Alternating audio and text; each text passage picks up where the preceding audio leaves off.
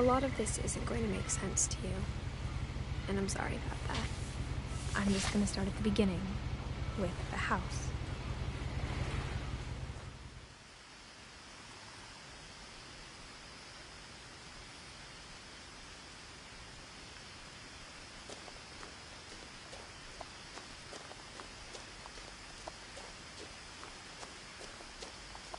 I lived here until I was 11, but I wasn't allowed inside half the rooms.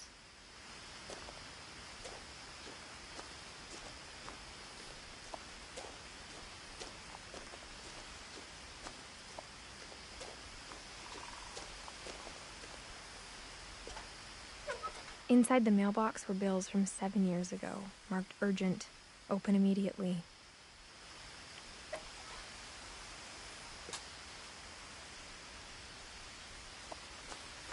I hadn't been back since my brother Lewis's funeral.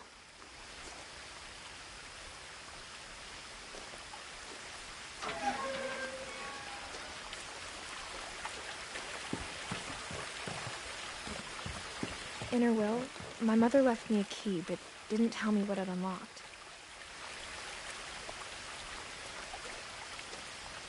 Maybe she thought I'd know, or she thought that the mystery would be enough to bring me back.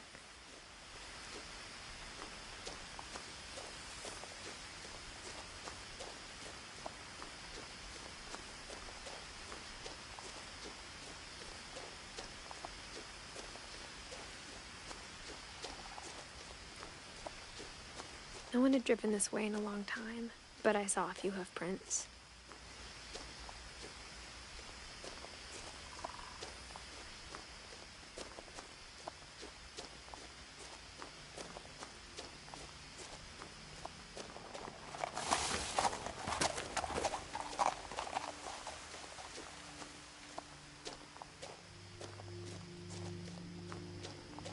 The truth is, even after I inherited the house, I never thought I'd come back to it. But now I had questions about my family that only the house knew the answers to.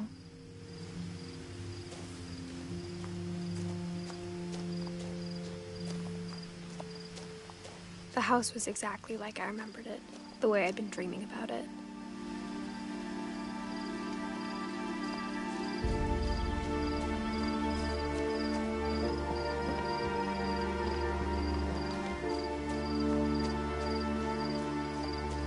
As a child, the house made me uncomfortable in a way I couldn't put into words.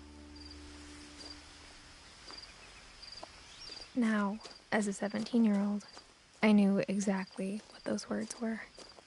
I was afraid of the house.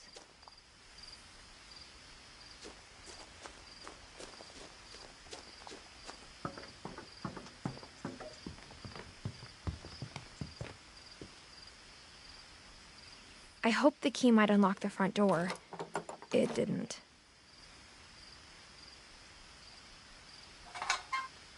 Looking in, I felt like the house itself had been waiting for me.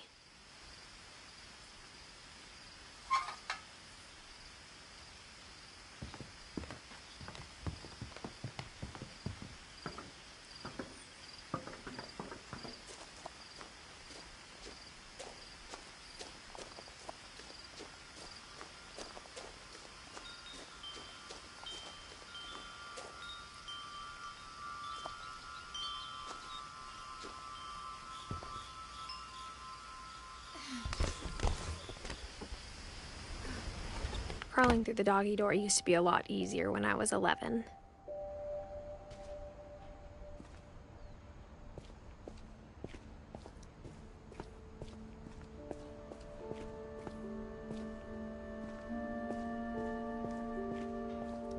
For the first time in years,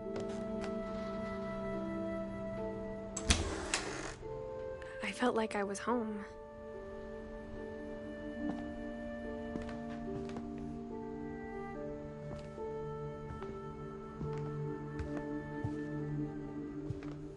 The table was still a wreck from the night we left.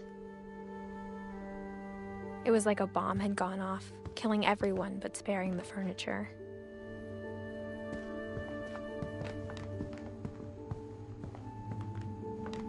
My mom was the only one of us who could imagine Great-Grandma Edie living in a nursing home.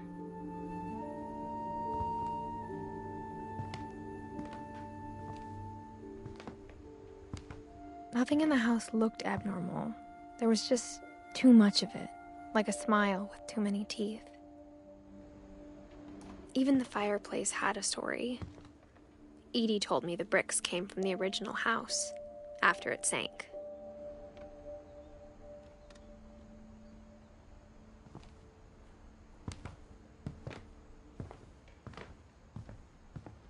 Mom always told me to stay out of the basement, so I wasn't too surprised when the key didn't fit.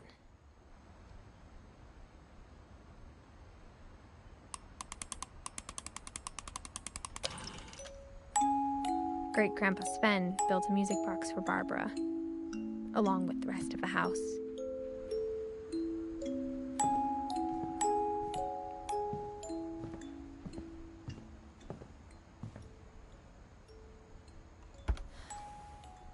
Edie told me once that every Finch who ever lived is buried somewhere in the library.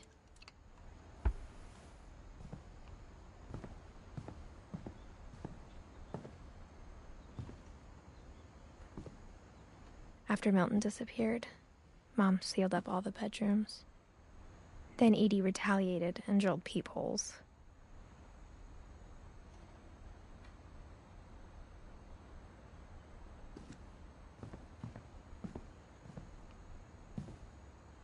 I spent a lot of time playing in Great Uncle Walter's room.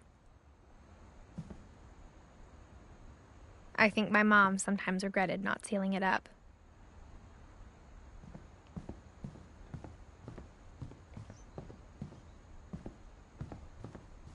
Louis told me there were secret passages, but I never believed him.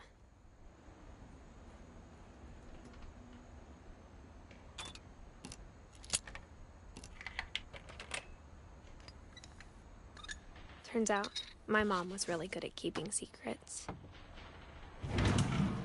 Now it was time to find out what my mom had been afraid of.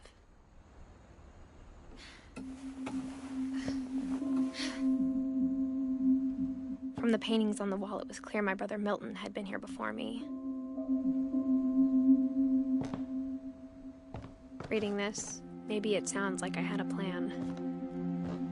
But I had no idea what was behind that door.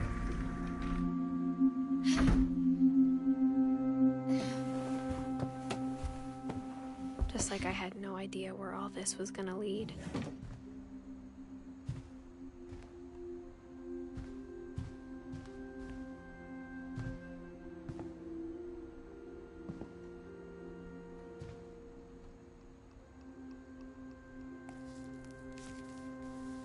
December 13th, 1947.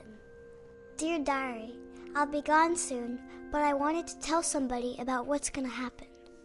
It started when Mom sent me to bed without dinner. I woke up and I was starving, so I looked around for something to eat. The gerbil food was dry, but I didn't mind it.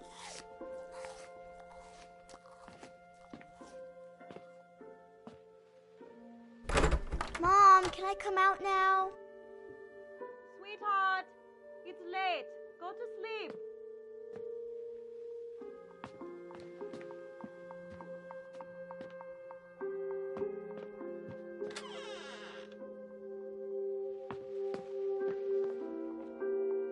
I kept eating and eating.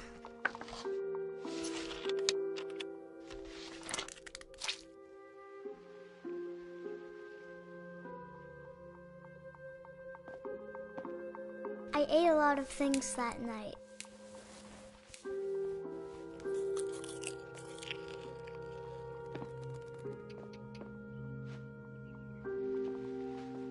Then I heard chirping outside my window. It was a barn swallow going back to her nest. I reached out for her.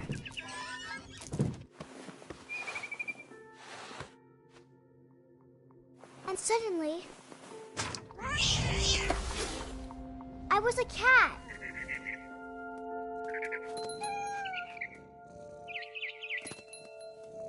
I tried to be quiet, but the bird was really scared.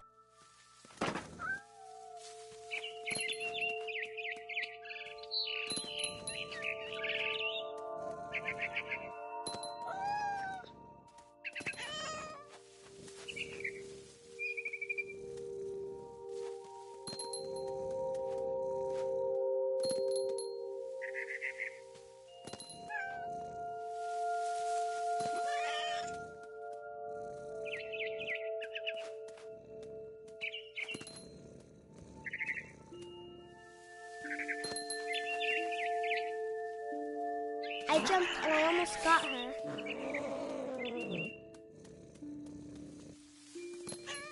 I could tell she was getting really tired.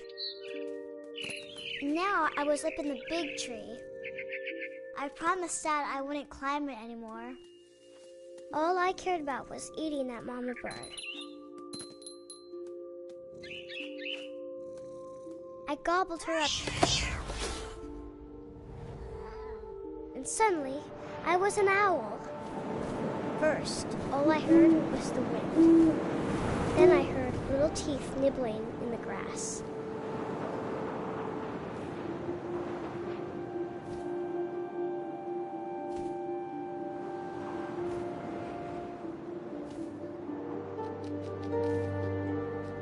Rabbits.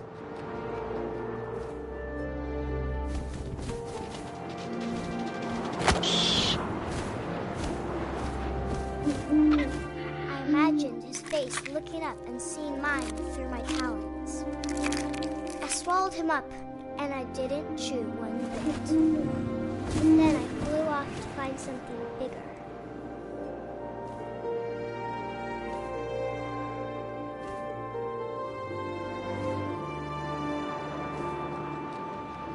A mama rabbit.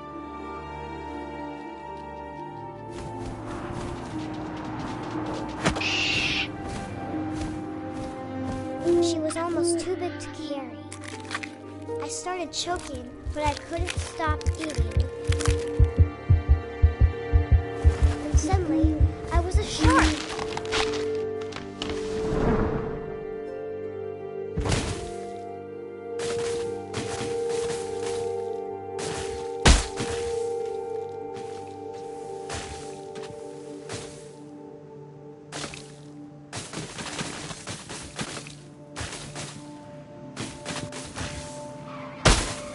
I rolled off the cliff and into the ocean. Now, I was hungrier than ever.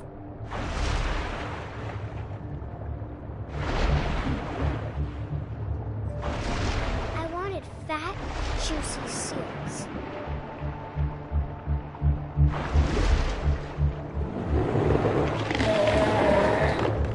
I tore off her flipper, and it tasted really good.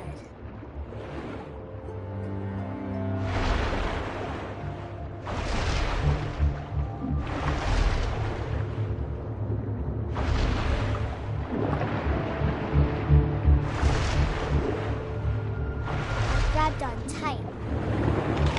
When I was so hungry, I jumped out of the water. When I opened my eyes, everything had changed. Now I was a monster, and I smelled people everywhere.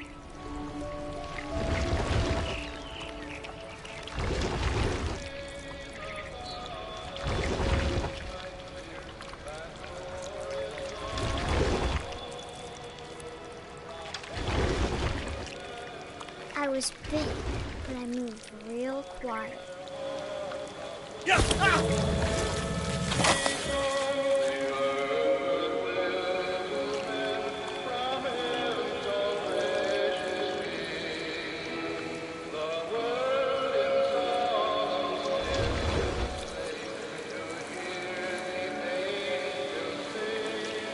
I wanted to stop, but also I didn't.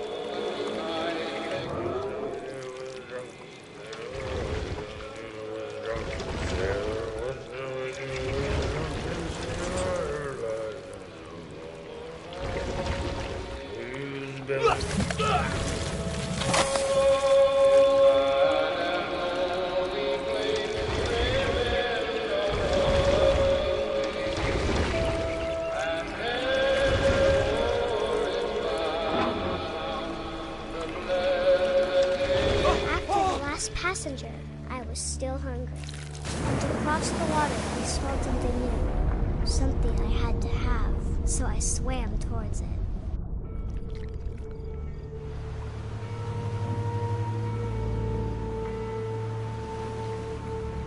I slithered onto the sand, and the good smell went into an old pipe.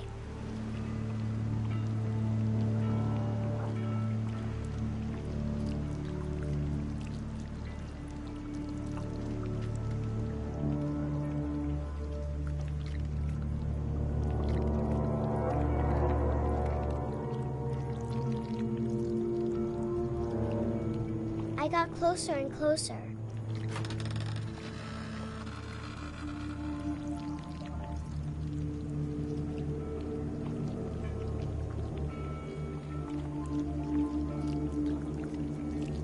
All of my stomach started growling. And suddenly, I was me again. I held my breath for a long time, but I couldn't hear anything. I think it's waiting for me to fall asleep. But it's not going to wait much longer. It needs to feed, and we both know I will be delicious.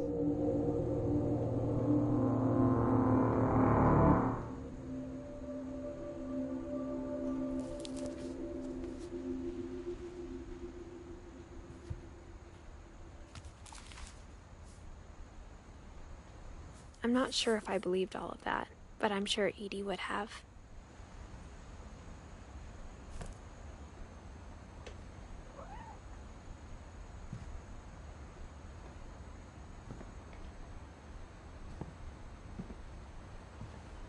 I grew up looking at Molly's room through the peephole. Molly's gerbil had a tiny bedroom with its own even tinier gerbil cage.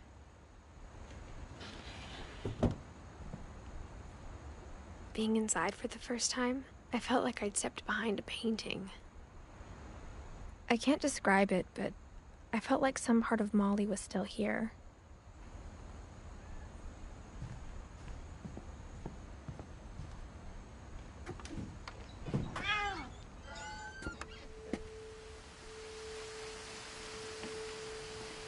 This will be obvious later, but my mom never told me any of these stories. Edie would have, but Mom didn't like bringing up the past. Though, when we adopted a stray kitten, she was the one who named it Molly. I spent a lot of time in Great-Grandma Edie's room.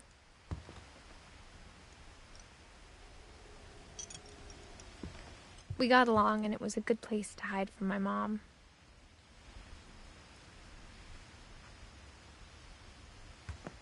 Louis died a week before we left, but Edie had already started to memorialize him.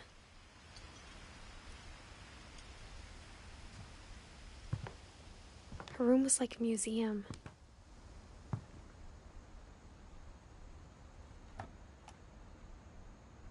For 500 years, the Finches have been famous throughout Norway for their fortune and misfortune. Odin Finch buries the latest victims of the family curse, his wife Ingeborg and their newborn son, Johan. On January 7th, 1937, he set sail with his family and his house, hoping to leave the curse behind.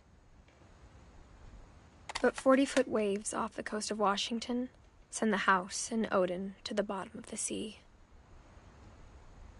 Odin's daughter Edie, with husband Sven and baby Molly, step ashore on their new home, Orcas Island.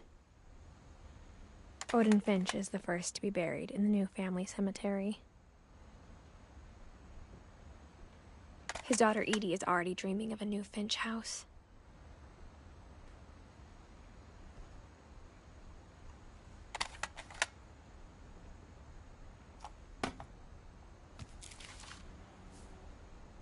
Whatever's wrong with this family, it goes back a long ways.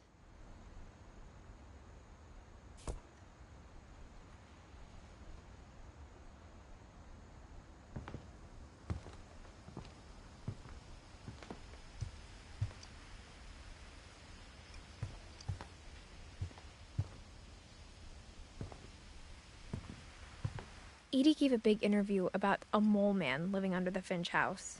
My mom was furious. I hadn't thought of myself as Edith Jr. for a long, long time. One summer, they evacuated the island, but Edie refused to go. For a few weeks, she was a celebrity. When Edie told people Sven was killed by a dragon, she could also have said he was building a dragon-shaped slide that collapsed. She could have, but she didn't. Even in her 90s, sometimes Edie seemed a lot younger than my mother.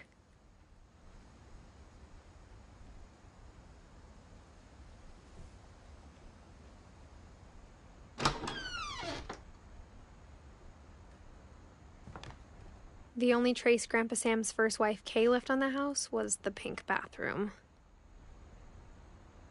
It was a pretty big trace.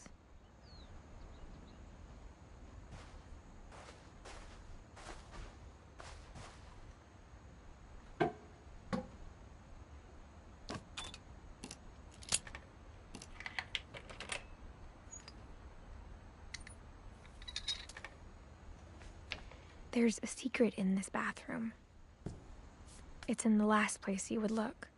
It isn't in the cupboard.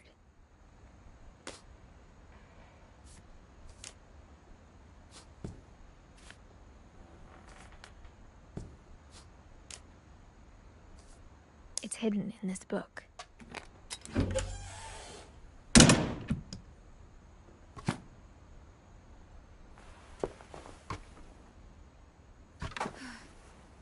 Sven gave Sam an old camera he'd refurbished. He never put it down.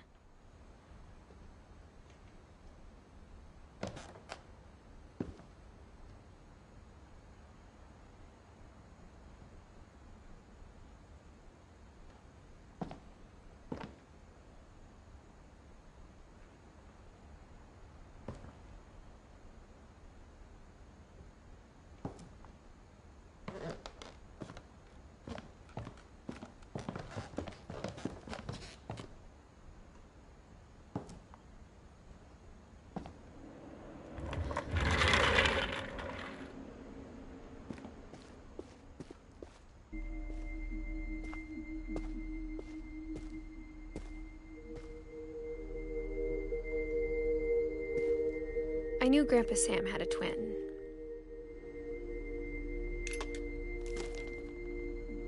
And that he never talked about him.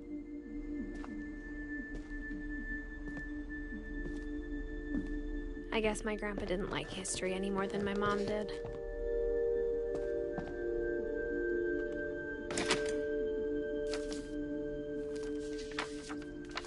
How I Want to Remember My Brother by Sam Finch. The thing I remember is that when he made up his mind, that was it. My brother said he'd die before he ate another mushroom, and he did.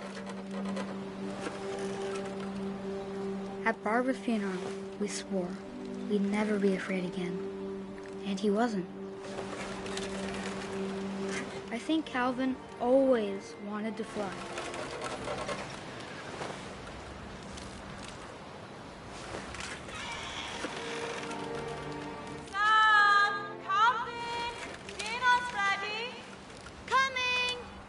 But that day, he finally made up his mind to do it. I told him going around was impossible. Maybe if I hadn't said that.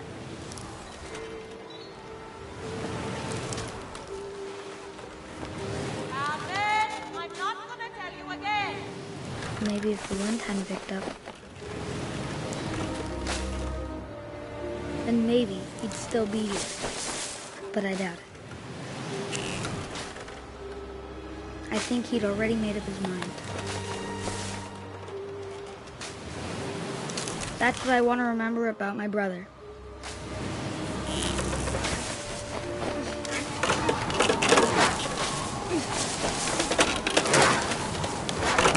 The day he made up his mind to fly. And he did.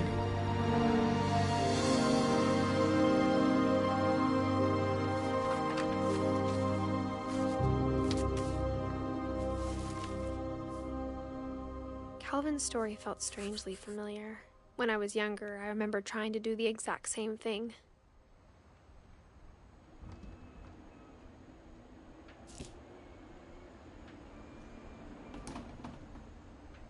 After the funeral, Edie roped off Calvin's half of the room.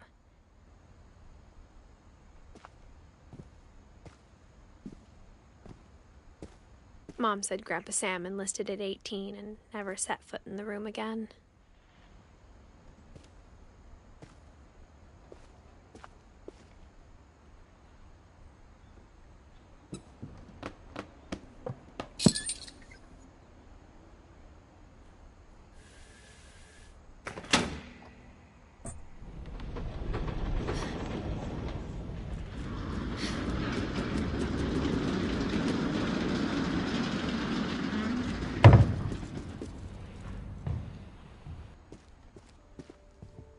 The passages were a pretty tight fit. They'd obviously been built for smaller hands and bellies.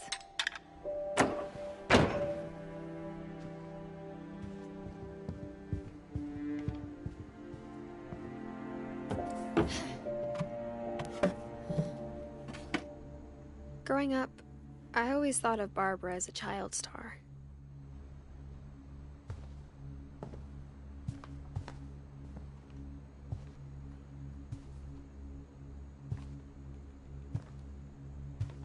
I never thought about how hard it must have been for her afterwards.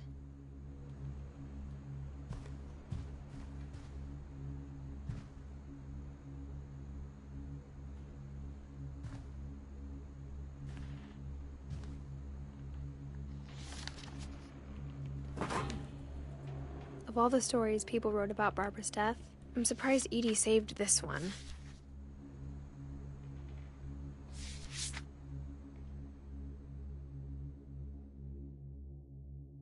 Old Jack here with another ghastly tale inspired by America's most unfortunate family.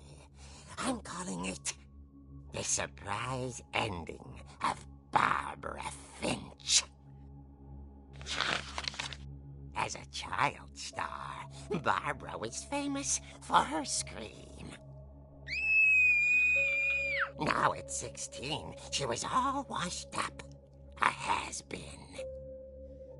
But in a lucky break, she'd been asked to perform her signature scream at a local convention for monster movie fans. It was just the boost her career needed. Unfortunately, her scream hadn't aged well. Getting better. I think you just need the right motivation. Her biggest fan and current boyfriend, Rick, was about to demonstrate when... Now that was a great scream. It was Barbara's father, Sven. He'd slipped into a table saw and had to be rushed to the emergency room. So Barbara got stuck babysitting her youngest brother, Walter. Her convention comeback was cancelled. Okay, I'm hearing frustration, but I'm not hearing terror. What if I tried... A gang of hoodlums in Halloween masks have been terrorizing Orcas Island tonight. Police are urging residents to... That came from the basement. You're right! Also, I loved your delivery on that. Why is your basement door locked? Because my dad likes making puzzles and secret passages. There's a key hidden in the music box. The secret is to keep winding and winding until finally the key pops out. Thanks, babe. I'll be back in a sec. 20 minutes later, Rick hadn't returned. So Barbara went to look for him, right on cue. She reached for the music box. And as she wound the key, she listened for Rick, but the house was silent.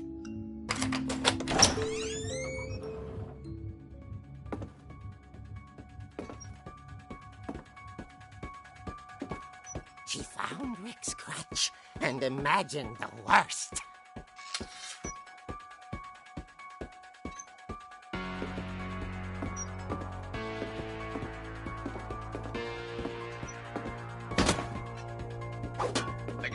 here is the infamous Hookman killer, Dr. Carl Hamill, who impaled and then ate his family 10 years ago tonight.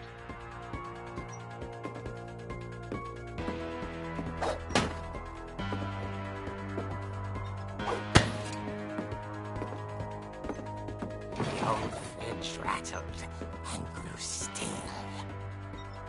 Oh dear!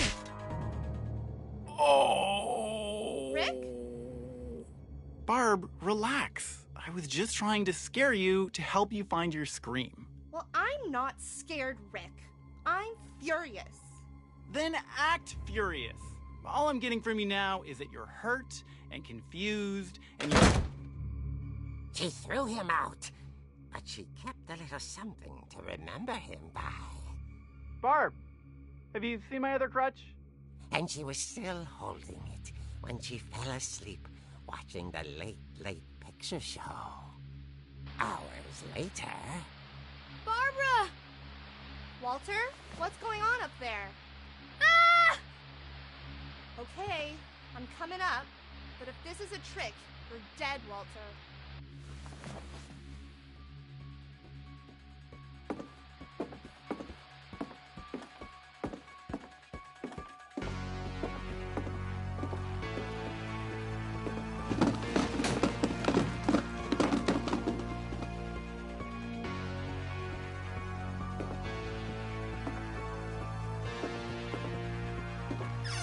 Walter, are you there?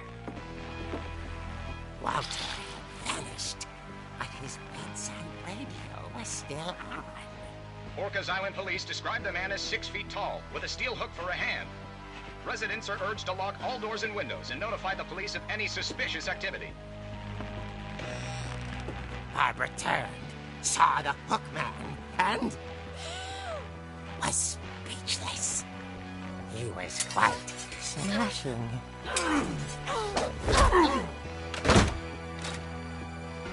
And tired he was. He couldn't get enough of Barbara. Okay, Barbara, there's gotta be another way out of here.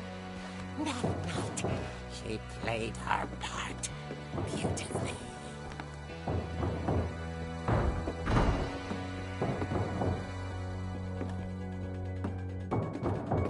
Molly's door hadn't been opened in years. The hinges groaned.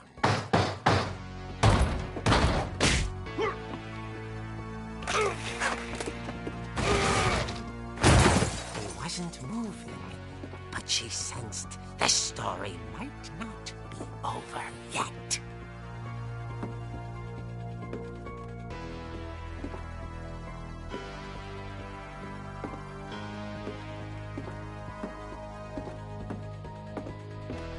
The hookman had vanished.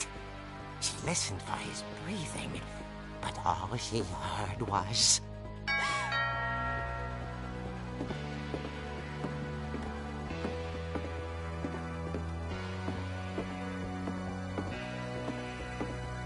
At the door, she heard whispering.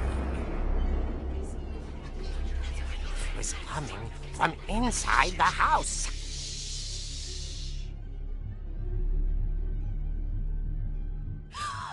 Oh dear.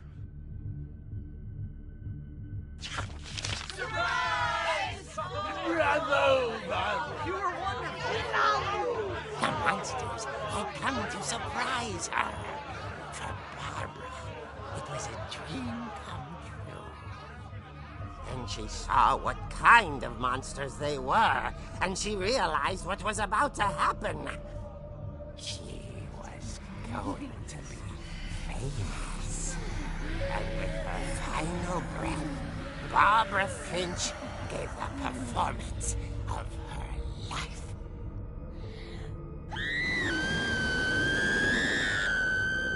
I wasn't there myself, but I hear Barbara was magnificent.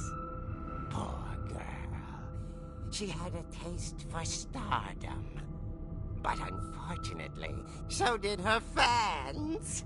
Of course, the police blamed it all on poor Rick, who disappeared the same night.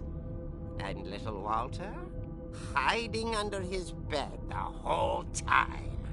He took it all pretty hard, but that's another story. As for Barbara, tucked inside the music box is all they ever found of her. Her ear. Now that's what I call a real eerie tale.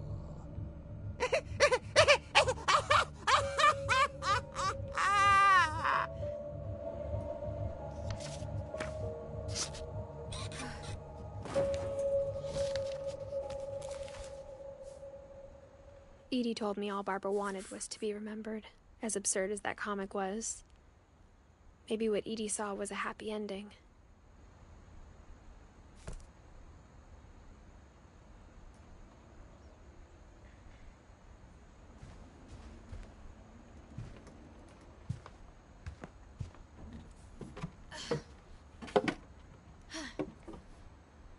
I guess now I know why Mom didn't like me playing with the music box.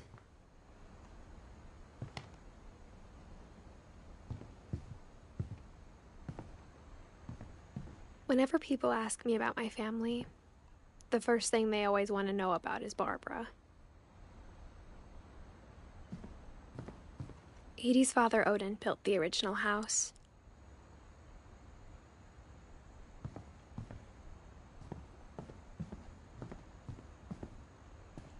Mom must have locked the third floor stairs on the night we left.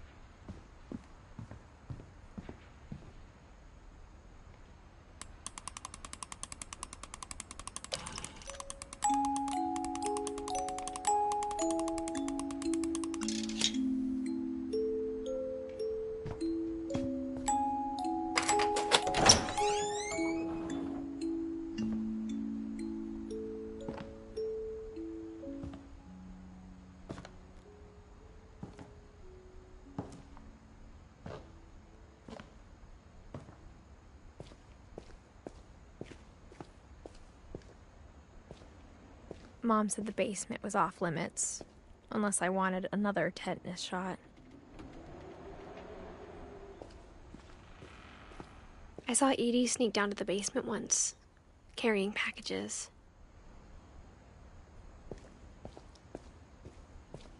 I thought maybe she was hiding presents.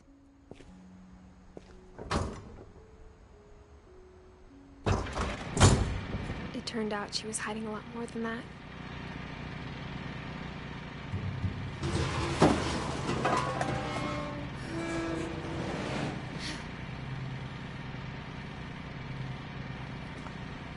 I remember asking Mom once about where Walter had gone. She said after Barbara died, he got as far away as he could.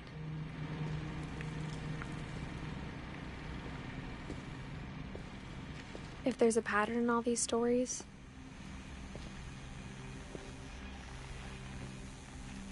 I think it's that none of us has gotten very far.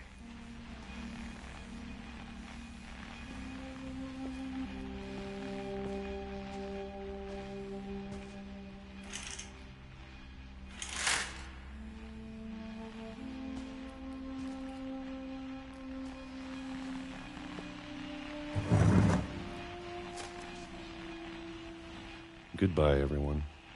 I can't believe I've been down here for 30 years. On that first day, after the shaking started, I didn't think I'd survive a week.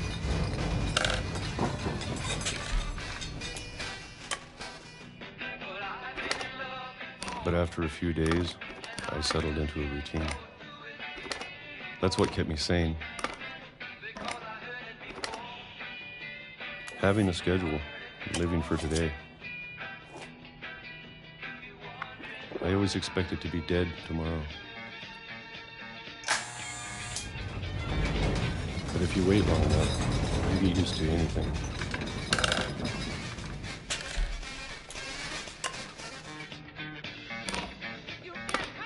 Even a monster on the other side of the door starts to feel normal. Almost friendly.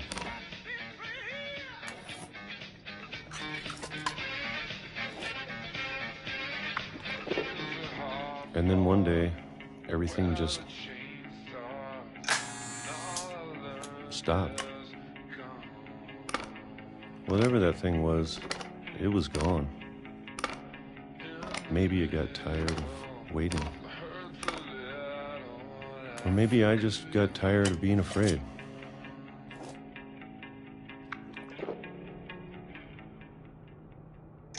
It's been a week now, the longest in 30 years.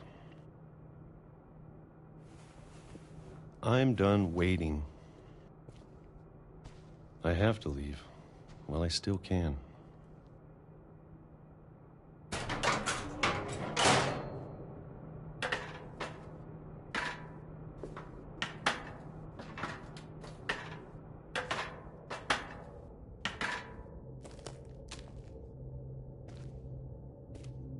I know it's out there somewhere. Whatever killed Barbara and Molly and Calvin. Maybe this is all a mistake. But I need to stop living the same day, even if it kills me.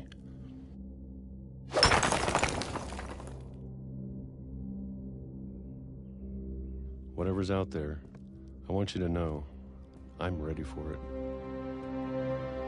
I'm going to appreciate all of it, especially the food. I don't mind if I only have a year left, or a month, or a single week.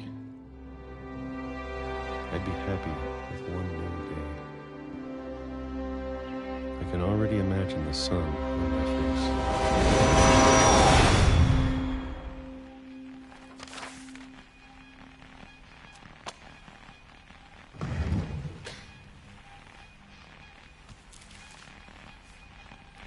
Walter died when I was 6. I can't believe my mom never told me he was down here.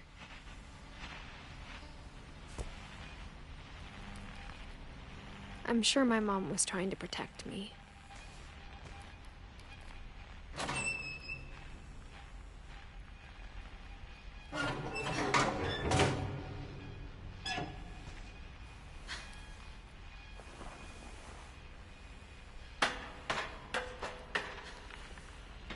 Maybe she was afraid I'd end up like Walter. But if she never told me about an uncle under the house, I can only imagine what else she was hiding. I don't want to make the same mistakes she made.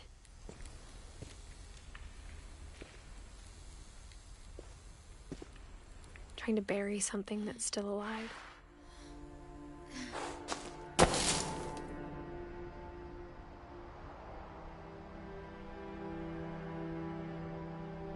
Now that there's only one of us left, or maybe 2, I thought it was time I heard the stories for myself and found out what happened to everyone else. But now I'm worried the stories themselves might be the problem. Maybe we believed so much in a family curse, we made it real.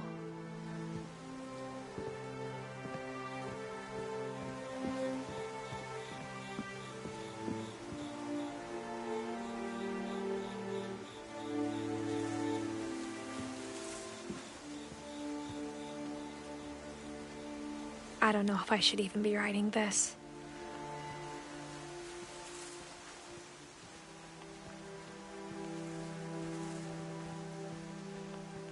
Maybe it'd be better if all this just died with me.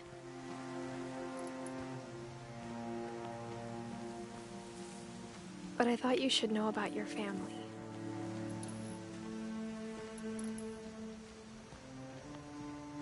And the history you're a part of.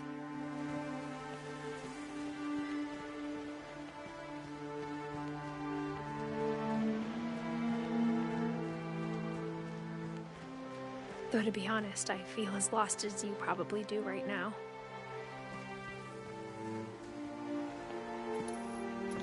I think the people in these stories believed them, for what that's worth.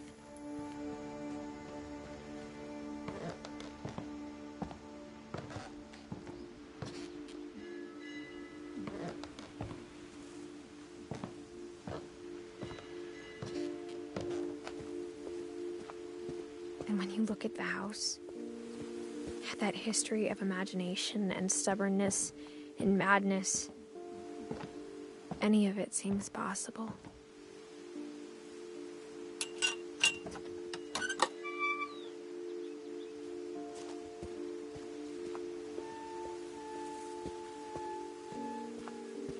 I think we've been surrounded by death for so long, we've just gotten used to it.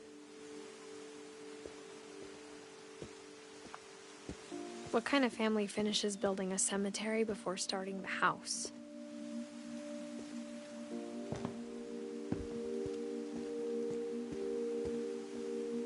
It's embarrassing for me to admit this, but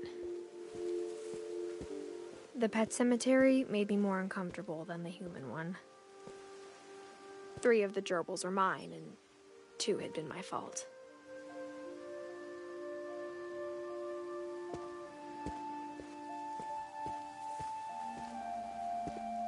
Sven built the house, but it was Edie who designed the cemetery.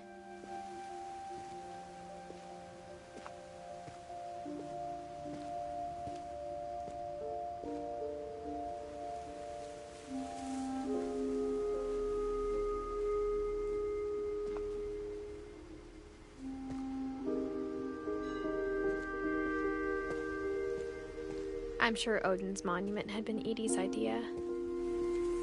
My mom was always trying to move on, but for Edie, the past never went away.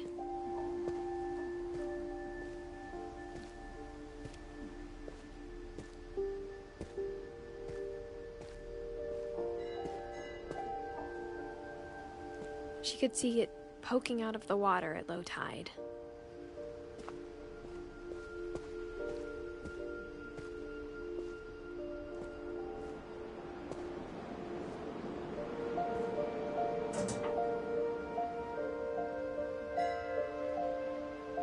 Edie said she dreamed about the old house every night.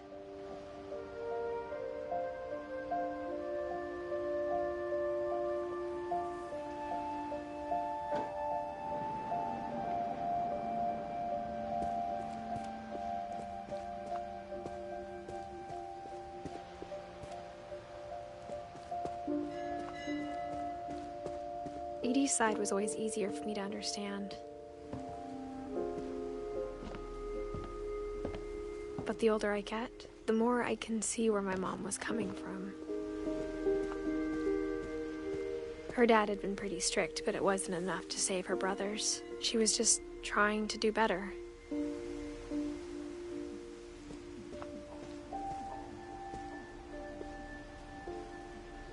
She lost 2 of her brothers, just like I did. I get why she tried so hard to protect us.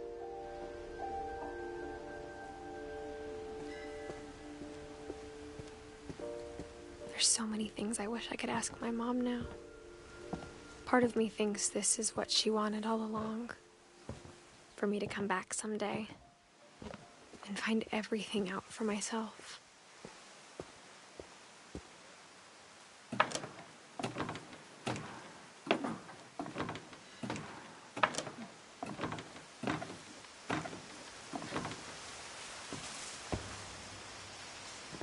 But looking back on it now,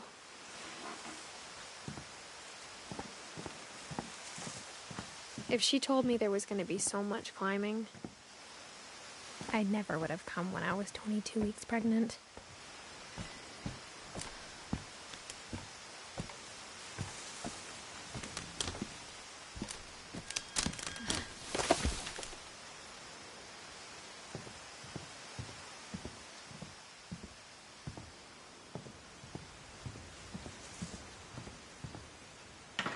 I never met Grandpa Sam, but I think he and my mom had a lot in common.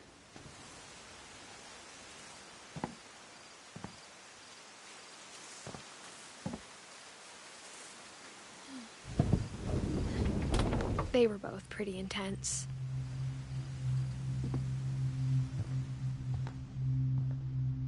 Sam spent his life shooting photos, but Mom said he got nervous being in front of the camera. I guess we're all afraid of something.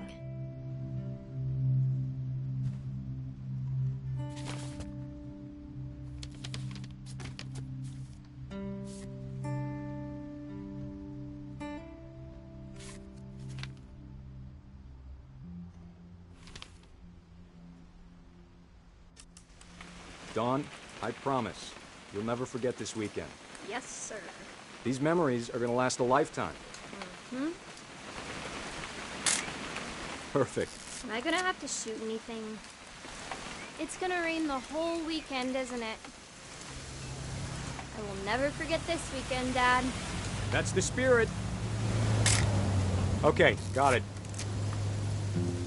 I'm gonna take some pictures, okay? Just be careful. That camera's older than you are.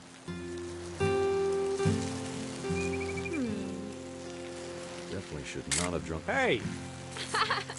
That's a keeper. I'm just saying, I'm not always gonna be here, Don. You'll need to remember this stuff, if you want to survive. I'll be Dad. Good eyes, Don.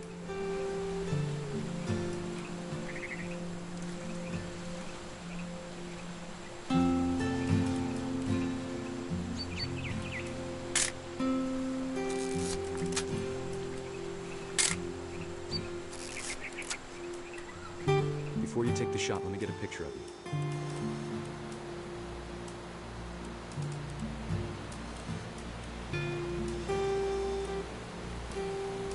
Dad, I... Just breathe. Turn off your... Let me get behind you. Do I have to do this? Dawn, you don't have to do anything. But if you want to survive, you'll need to be strong. Great shot, Dawn!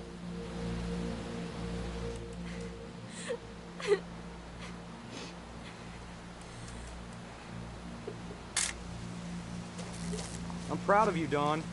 Always remember that, okay? Dad, it's twitching. I think That's it's totally normal, Dawn. Just focus on the camera. Try not to think about... Dad!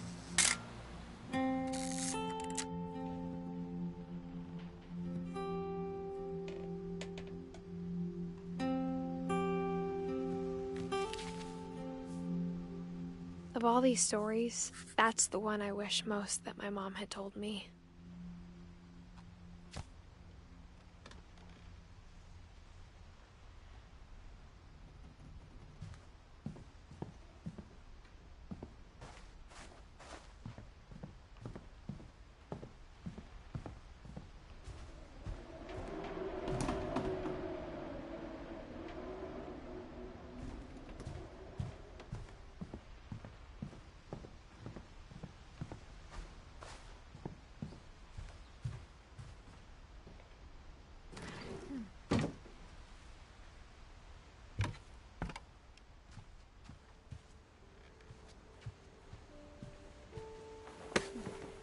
After Sam died, my mom and Edie got really close.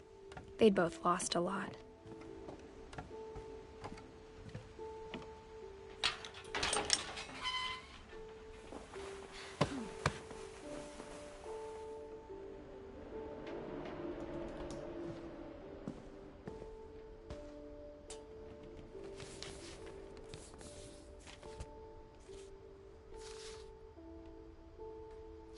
Dear Kay, do you remember the way Gregory used to laugh when he thought he was alone? Like something funny was happening, but only he could see it.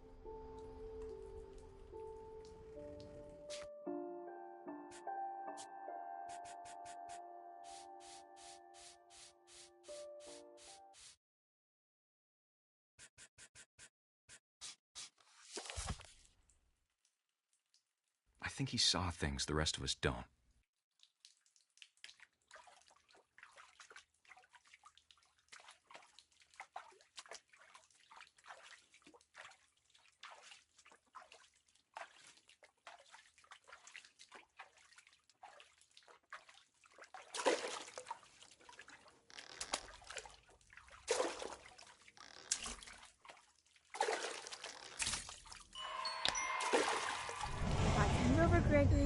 time to...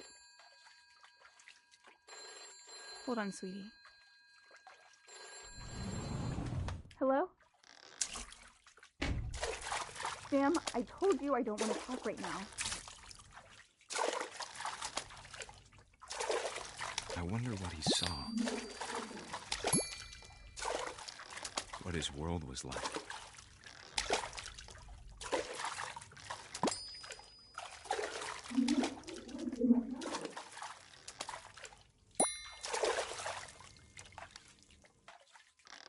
He reminded me so much of Calvin. Lost in his imagination. Whatever it was he saw, it sure made him happy.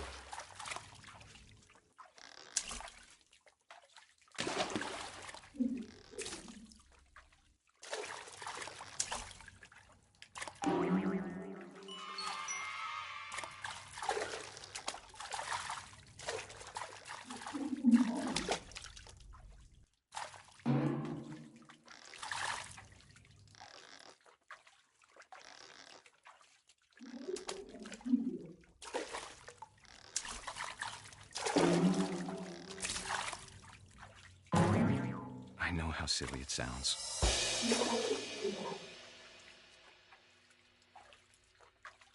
That I worried about a baby being too happy. But I could feel him slipping away. Sorry about that, Gregory. I know you did everything you could. Maybe if I hadn't called that night. Damn it. I wish he could have told us about the world he saw.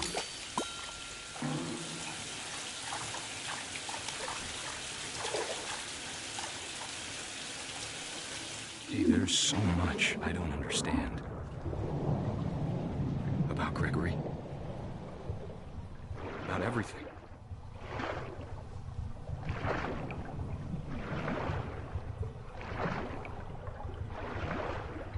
But I know what happened wasn't your fault.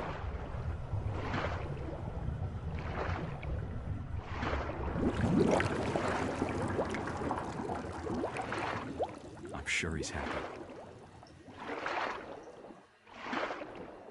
And he'd want you to be happy too. Good luck, Kay. Love, Sam.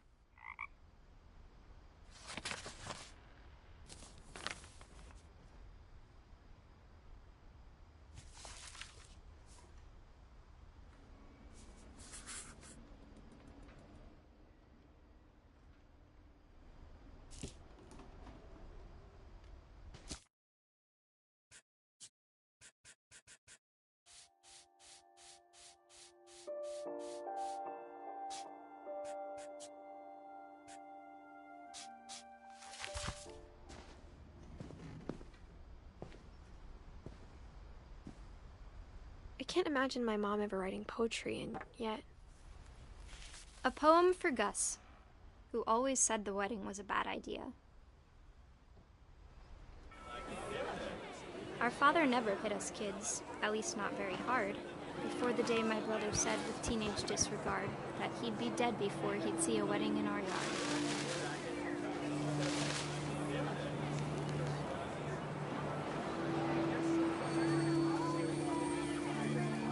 My father made him come, of course, but Gus stood far apart, just flew his kite and bottled up the storm inside his heart.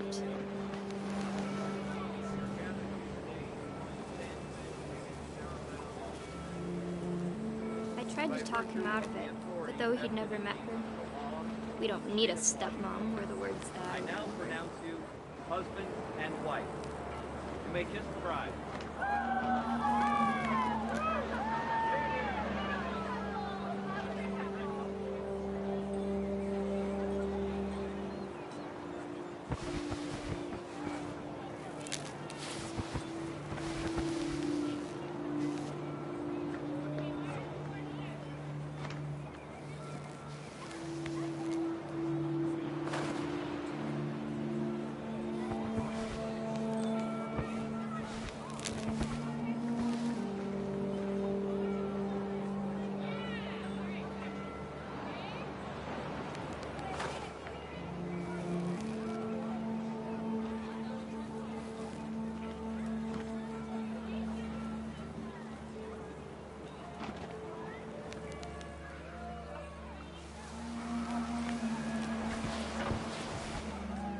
the time for photos came, Dad ordered him to come here.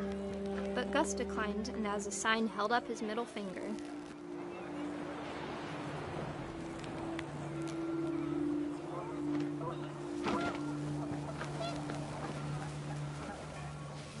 The wind picked up and panicked geese appeared and quickly went. But all the humans did that day was go inside the tent.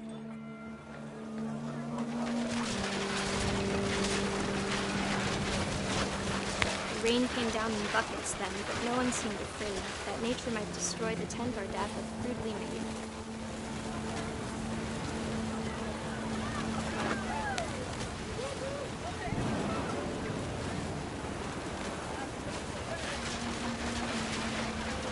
The thunder sounded much too close and full of angry power. But all my father said to this was, "Make the music louder."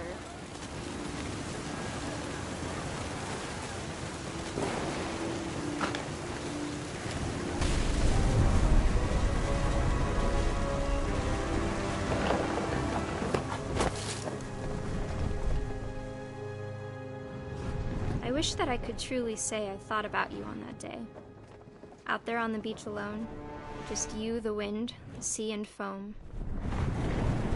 But I didn't, until we found you.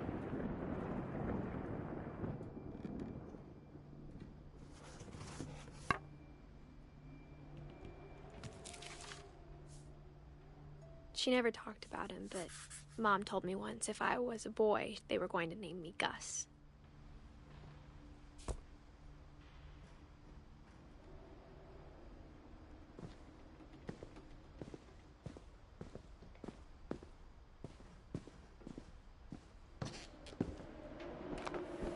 My mom moved up to the loft after her brothers died. At the time, it was as far away as she could get.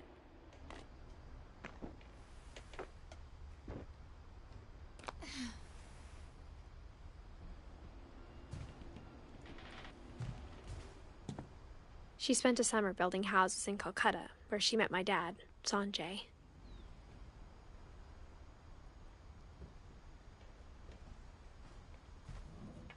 My mom moved to India a week after graduation and got a job teaching English. Louis was born a year later. When my dad died, I don't think Mom knew where else to go.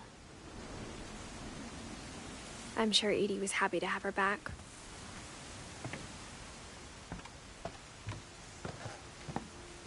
The house had to get a little bigger, but Edie was used to that.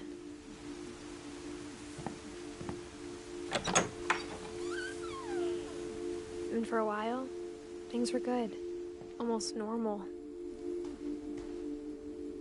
But it didn't last. The beginning of the end was Milton's 10th birthday, when Edie gave him a castle.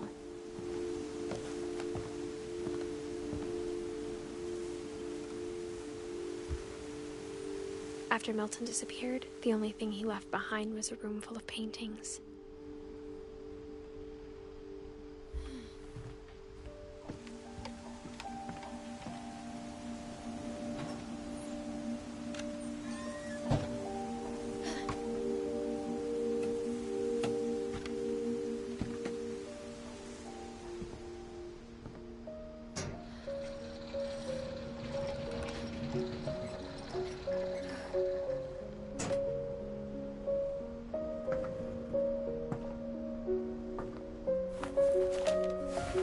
Milton Finch in The Magic Paintbrush.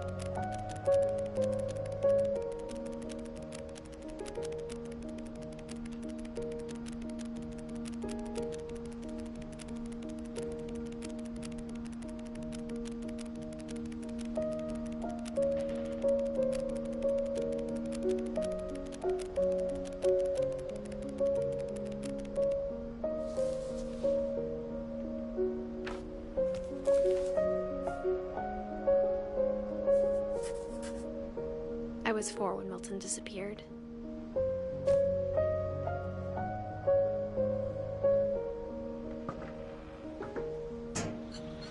Mom spent months searching for my brother. Then she sealed the doors. Whatever Milton had found in the house, Mom didn't want it getting out.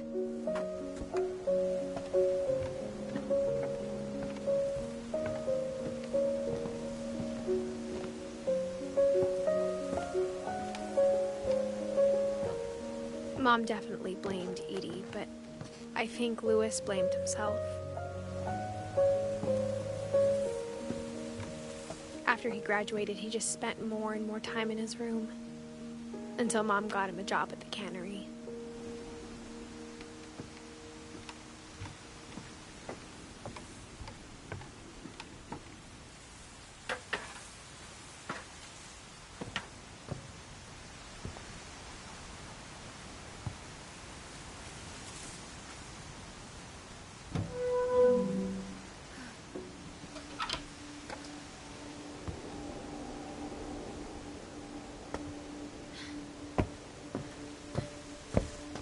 Louis's room smelled very, very familiar. That part of him lived on.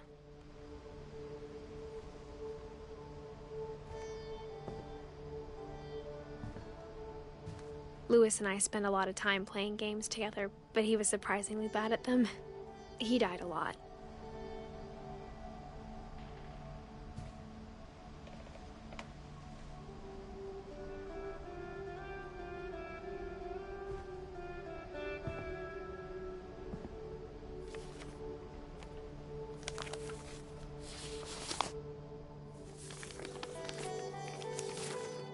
Dear Mrs. Finch, as Louis's psychiatrist, I can understand your desire for an explanation.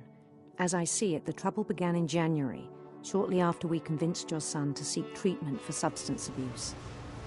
Newly sober, I believe Louis first noticed the monotony of his daily life.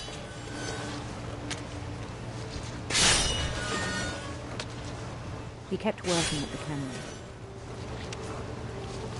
but he withdrew part of himself.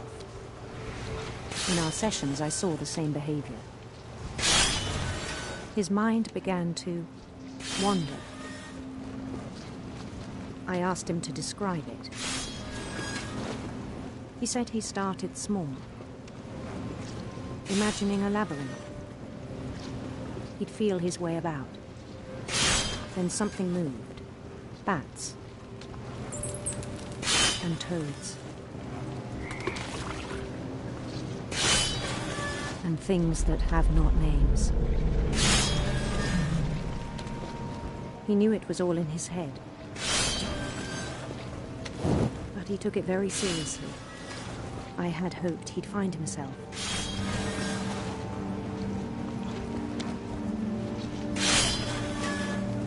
But he found something more. I worried about him then. Daydreaming at the cannery. I spoke with his boss. But he said Louis had become a model employee. Methodical, tireless, focused. Like a whole new Louis. So I let him go on.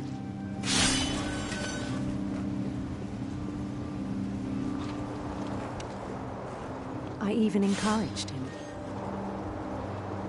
It seemed very promising at first. He told me he'd made a new friend.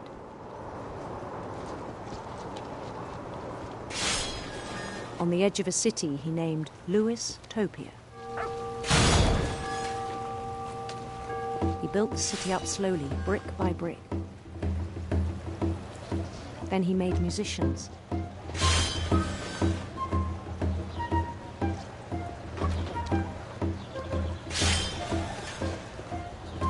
And songs for them to play. He talked about starting a band. And he was always humming something. Every day his imagination grew stronger. He no longer spoke at the cannery. But his chopping was as reliable as ever. Then one day it struck him that all the cheering crowds, even the stones under his feet, were all in his imagination, so he could do whatever he wished.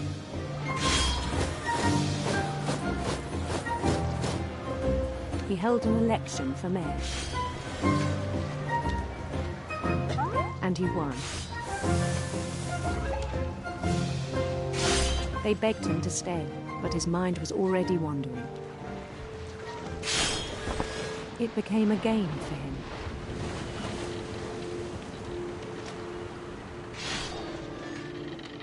He'd conquer a city, then immediately push on.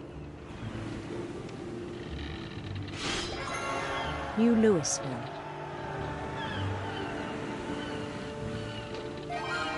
St. Louis. He started drifting away from our reality.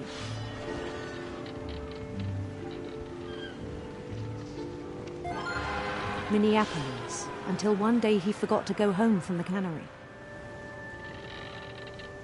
Even as his mother pleaded with him, part of Louis kept sailing on.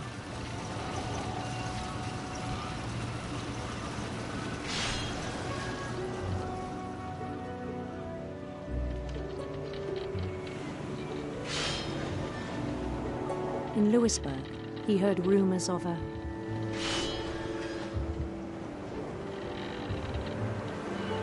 handsome queen.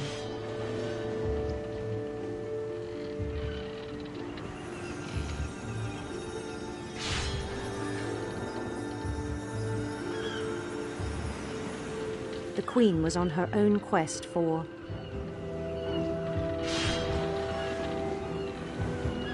radiant rainbows.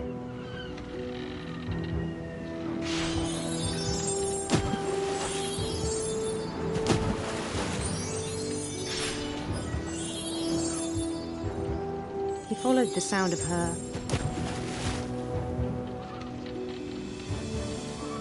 silver harp.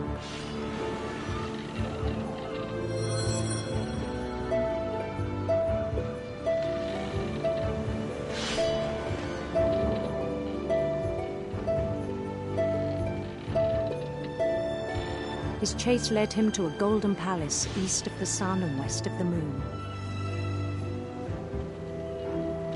Even then, his logic remained sound.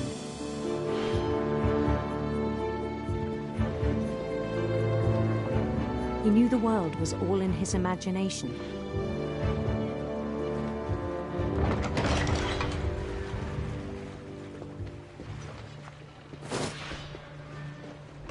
But he was so proud of having created it.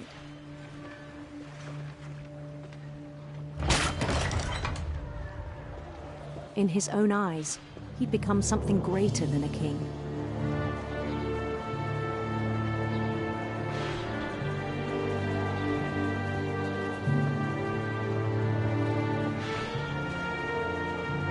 For someone who'd never known success in the real world, I think it was overwhelming. And then it struck him that the real Louis was not the one chopping salmon, but the one climbing the steps of a golden palace.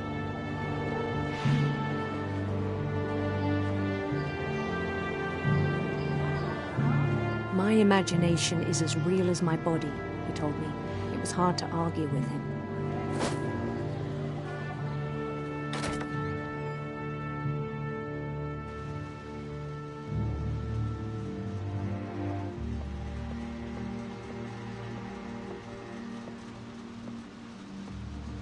Began to forget the world we know.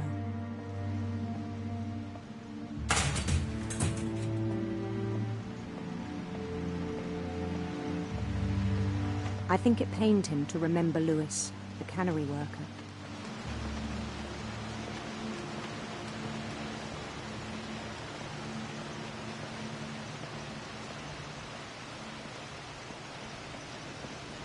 He began to despise the man with a royal contempt.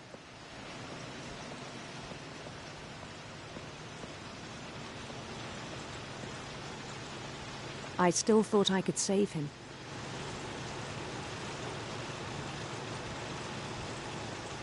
Even after he said he was being crowned king over all the lands of wonder.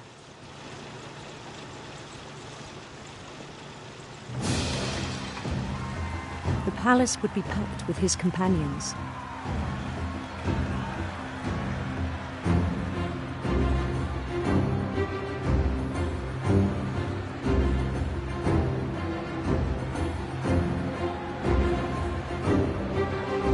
Including the wise Calico who'd insisted on advising him.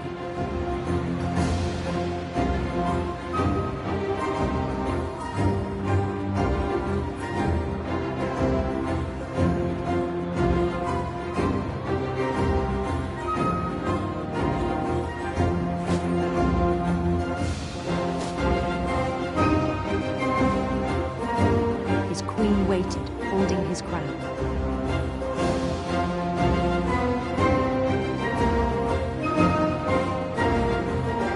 There was only one thing left to do.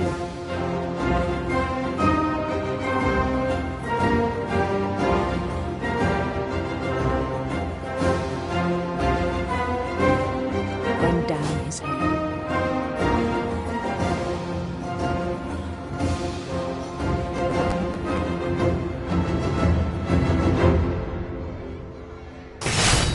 And the rest I think you know.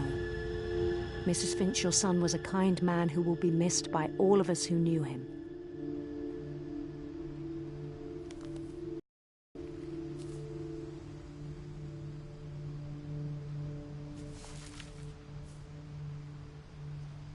My brother was really cool.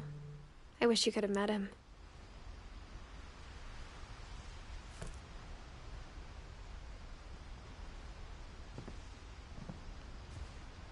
He was so proud of being Indian. I think for him, it was a way to be something other than just a Finch.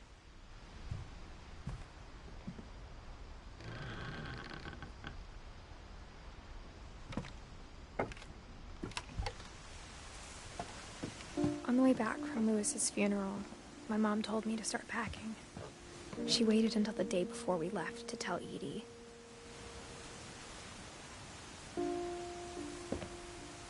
I'm not sure if she wanted to make it easier or harder.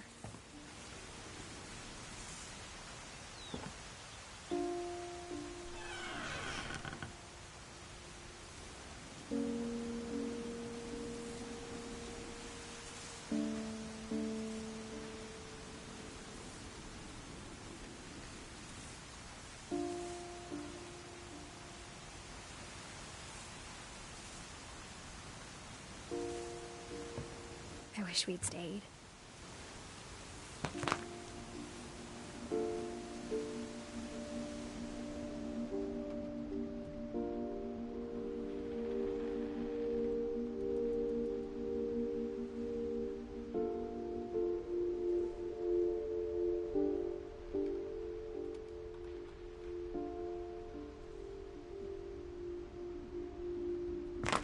But I understand why we left.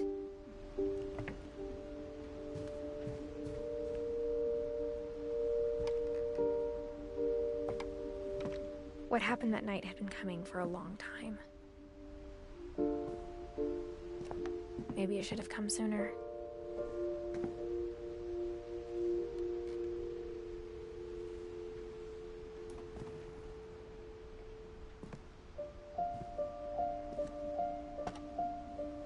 But it had to end one way or another. All that's left now is to tell you about that last night.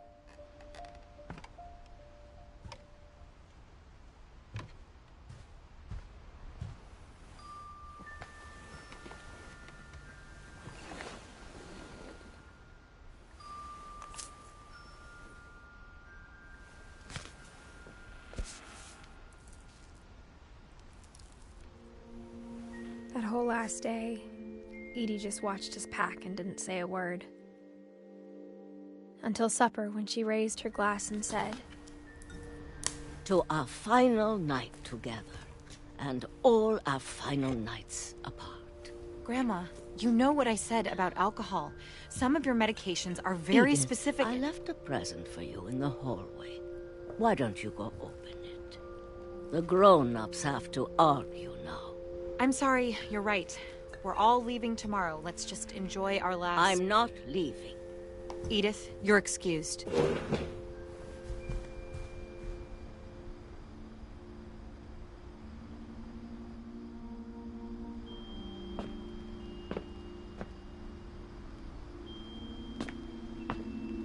The power had been shut off that morning, but Edie always had plenty of candles. When my mom sealed the library, I don't think she knew about the other entrance. Or that Edie had a key to it.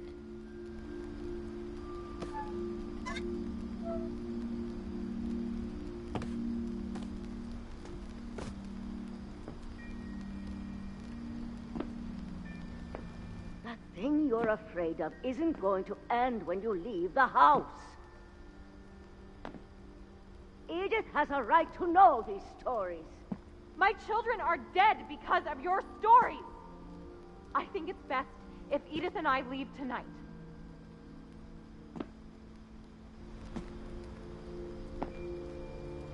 We'll have the nursing home send a van for you in the morning, okay?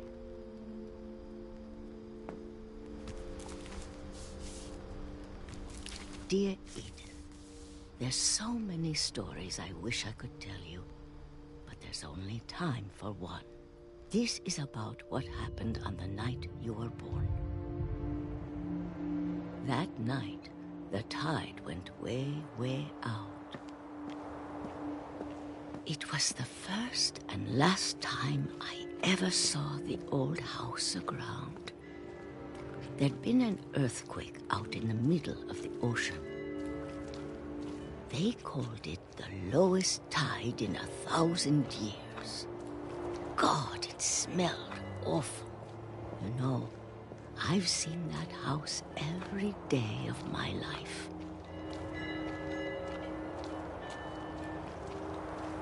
But I never thought I'd go back to it.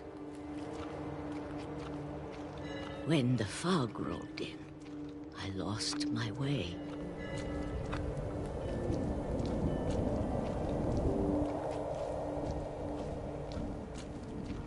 I got turned around.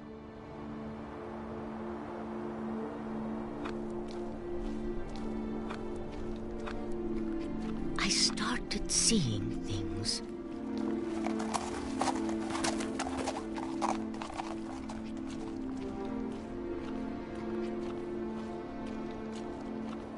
Things I'd forgotten had ever existed.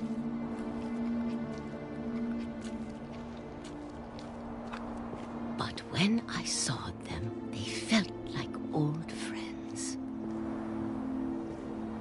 That night, a lot of things came back to me. Or maybe I came back to them.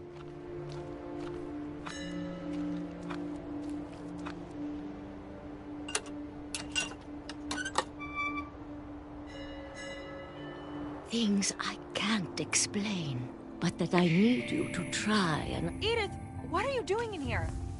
It's mine. Edith! Mom, you're gonna rip it! Let go! I kicked and screamed, but Mom dragged me to the car. I never saw Great-Grandma Edie again.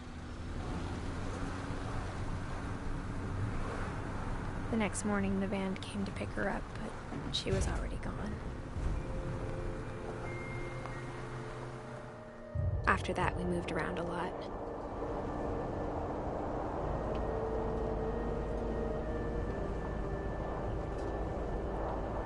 We both tried to make the best of it.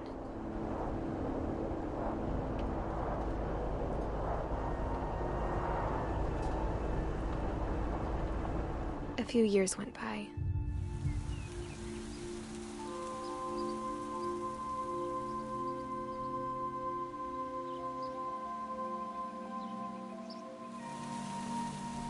My mom didn't like to talk about it.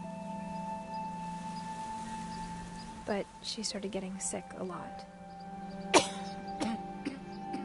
The rest happened pretty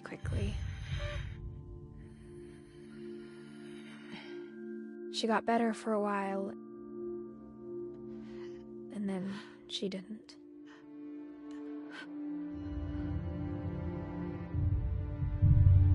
And then I was alone.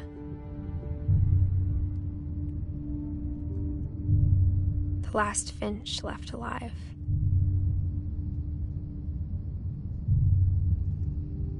Until I found out about you.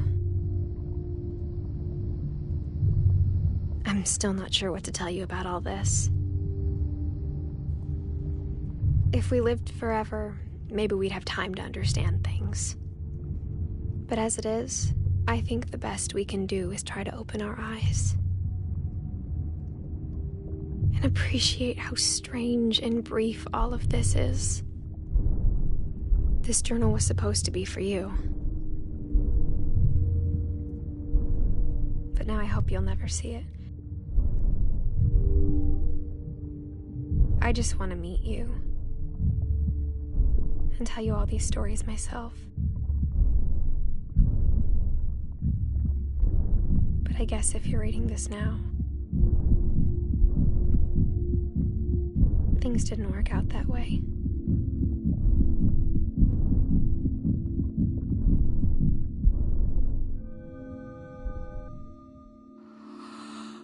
This is where your story begins. I'm sorry I won't be there to see it. It's a lot to ask, but I don't want you to be sad that I'm gone. I want you to be amazed that any of us ever had a chance to be here at all. Good luck.